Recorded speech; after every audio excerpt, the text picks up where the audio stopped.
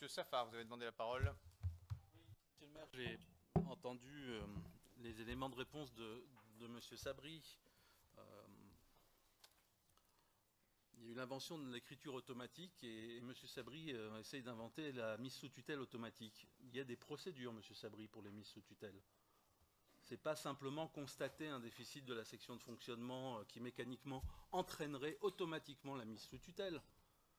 C'est une procédure qui fait que, ces constats étant faits, le préfet aurait saisi publiquement la Chambre régionale des comptes pour que le budget établi et étudié par le conseil municipal à l'année N+1 de ces remarques soit étudié par les services de la Chambre régionale des comptes pour regarder si les remarques initiales faisaient l'objet d'une prise en compte de celles-ci ou pas, et à partir de ce moment-là, déclencher une mise sous tutelle.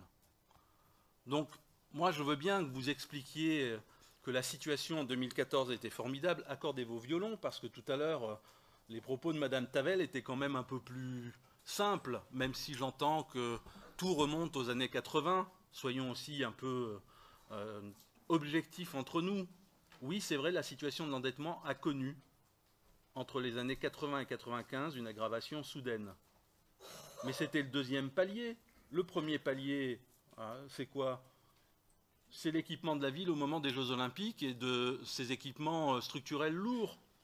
Quand je parlais de mémoire tout à l'heure, relisons les livres relatifs à l'arrivée d'Hubert Dubedou. Hubert Dubedou a été élu maire de la ville de Grenoble parce qu'il en avait assez de voir sa femme remplir sa baignoire d'eau afin d'avoir de l'eau à la maison, et que le problème majeur des Grenoblois dans les années 60 et 70, c'était un problème structurel qui a déclenché un besoin en équipement et donc en dette publique, qui a été la première étape d'un endettement dont nous ne sommes pas sortis parce que malheureusement, après la première salve des années de décentralisation, une équipe municipale n'a pas tenu l'endettement de la ville et a doublé celui-ci.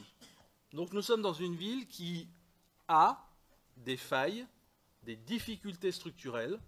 Soit on continue le jeu de ping-pong, ça fait longtemps que j'y joue plus, mais au moins l'avantage c'est que c'est moins fatigant que le tennis, donc on peut continuer longtemps, mais c'est d'une inutilité totale.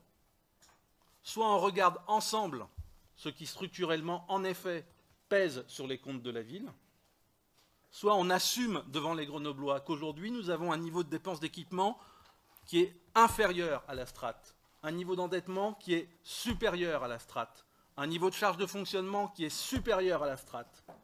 Et là, nous pouvons parler après de plan, parce qu'il va bien falloir à un moment ou à un autre que nous puissions trouver des solutions. Une des solutions, c'est la métropolisation. Mais il faut faire aussi attention à la façon dont on l'enclenche, parce que si on débarque à la métropole en disant « Les copains, on a un super cadeau à vous faire, c'est toutes nos charges un peu en trop, si vous pouviez vous les récupérer, parce que comme ça, nous, on serait tranquille », on peut connaître le résultat.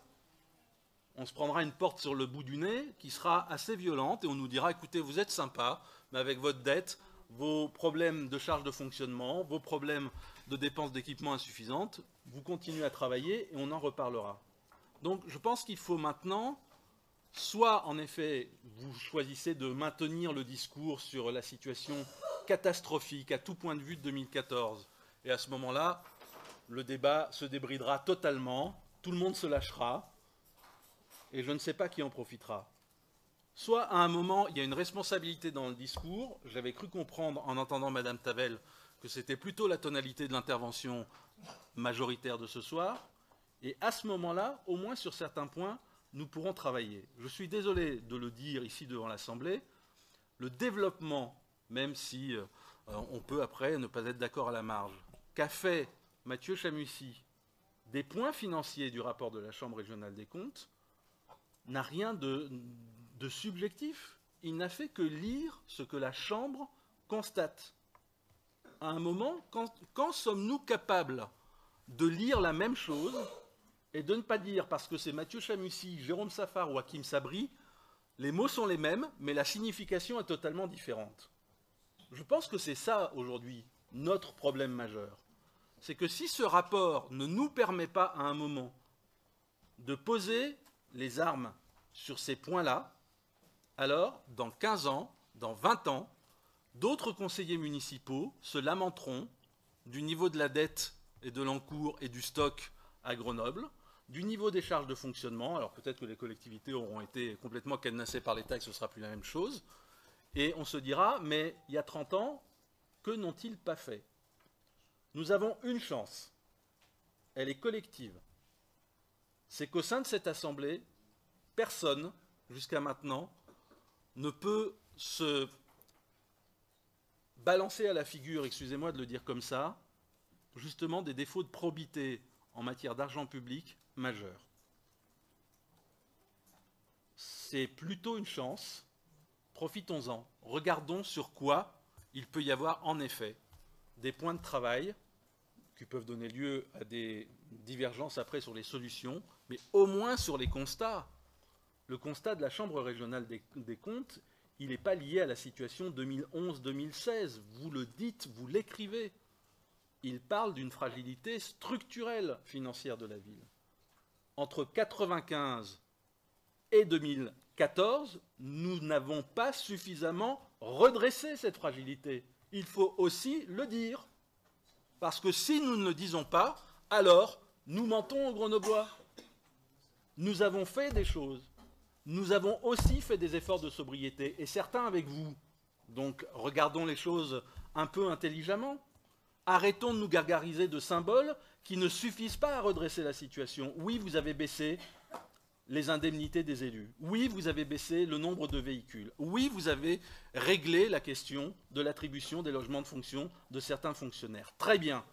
Est-ce que ça suffit structurellement à remettre en route les finances de la ville dans la durée sur la bonne voie? La réponse est malheureusement non. Non pas parce que ce que vous faites n'est pas bien. C'est pas ça le sujet. Parce que ça n'est pas suffisant. Parce que les ordres de grandeur ne sont pas de cet ordre-là. Et c'est là le reproche principal que je vous fais au plan de sauvegarde. Vous nous avez dit un soir, on l'a fait à la louche. Ça a été un grand moment de sourire, pour ne pas dire de rigolade. Mais c'est pas marrant du tout. Parce qu'en fait, ça a répondu sans doute à une situation d'urgence. Moi, je n'ai pas de difficulté à l'entendre. Vous n'avez jamais pu, à ce moment-là, nous le présenter de façon fiable. On a eu une présentation lors du débat d'orientation budgétaire, mais c'était très noyé dans la masse et il fallait vraiment regarder les choses dans le détail. Et surtout, je pense que vous n'avez pas réussi à faire comprendre l'enjeu majeur de redressement des finances publiques, qui est celui de notre ville, qui n'est ni celui de votre équipe, ni celui de l'équipe précédente, ni celui de la seule équipe précédente de la précédente, mais qui est un continuum depuis une quarantaine d'années, où Grenoble a dû faire face à des dépenses de structures extrêmement lourdes, dans un contexte où, certes, à un moment, l'État l'aidait beaucoup, mais où elle n'a pas su, dans le temps parallèle, s'organiser en intercommunalité. Je travaille dans la région lyonnaise, vous le savez, dans une ville qui a à peu près le même nombre d'habitants que Grenoble, mais un budget qui est au tiers, moins important que celui de cette ville-là. C'est-à-dire que vous enlevez 30% du budget de la ville de Grenoble et vous avez celui de la ville dans laquelle je travaille. Mais cette ville a une chance que nous n'avons pas à ce jour. C'est qu'elle se situe dans une métropole dont la taille, la puissance financière, le dynamisme économique, l'accessibilité sont aujourd'hui des avantages incomparables par rapport à ceux qui sont les nôtres. Ce sont des questions qu'il faut regarder sans démagogie, sans dogmatisme, sans faire comme si tout ça n'existait pas. Mais cette métropole dont je parle a aussi des désavantages. C'est qu'aujourd'hui, elle devient une bulle de richesse qui exclut les plus pauvres. C'est-à-dire que la ville-centre, Lyon, et les autres villes à la périphérie se gentrifient, puisque c'est le terme, ou se boboisent pour ceux qui ne comprendraient pas, à une vitesse grand V, que le prix au mètre carré explose des logements, et qu'il est de plus en plus difficile de maintenir dans ces villes-là une population diversifiée qui fait la richesse des territoires. C'est un enjeu aussi à Grenoble. Et de revoir comment, j'entendais tout à l'heure, on se balançait les pourcentages de personnes pauvres sur le territoire, il faut que nos territoires attirent toutes les catégories sociales et professionnelles. Parce que sinon, ça veut dire que nos territoires sont des ghettos. Il faut que dans nos territoires, il puisse y avoir des trajectoires de quelqu'un qui arrive sur le territoire métropolitain, y compris en situation de fragilité sociale et économique, et qui connaissent un parcours.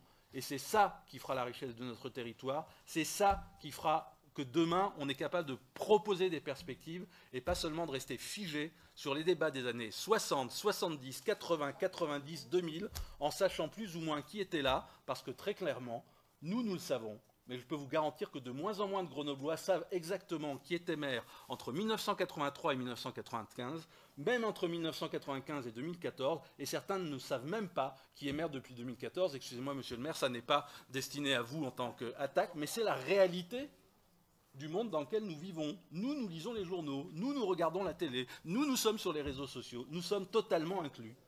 À côté de nous, il y a des gens qui ne sont plus du tout dans ce monde-là, même à Grenoble. Donc, moi, je veux bien qu'on fasse peur à tout le monde, la tutelle, les faillites, les situations terribles. Regardons comment nous essayons de trouver des solutions à ce qui est un problème structurel et regardons-le sérieusement.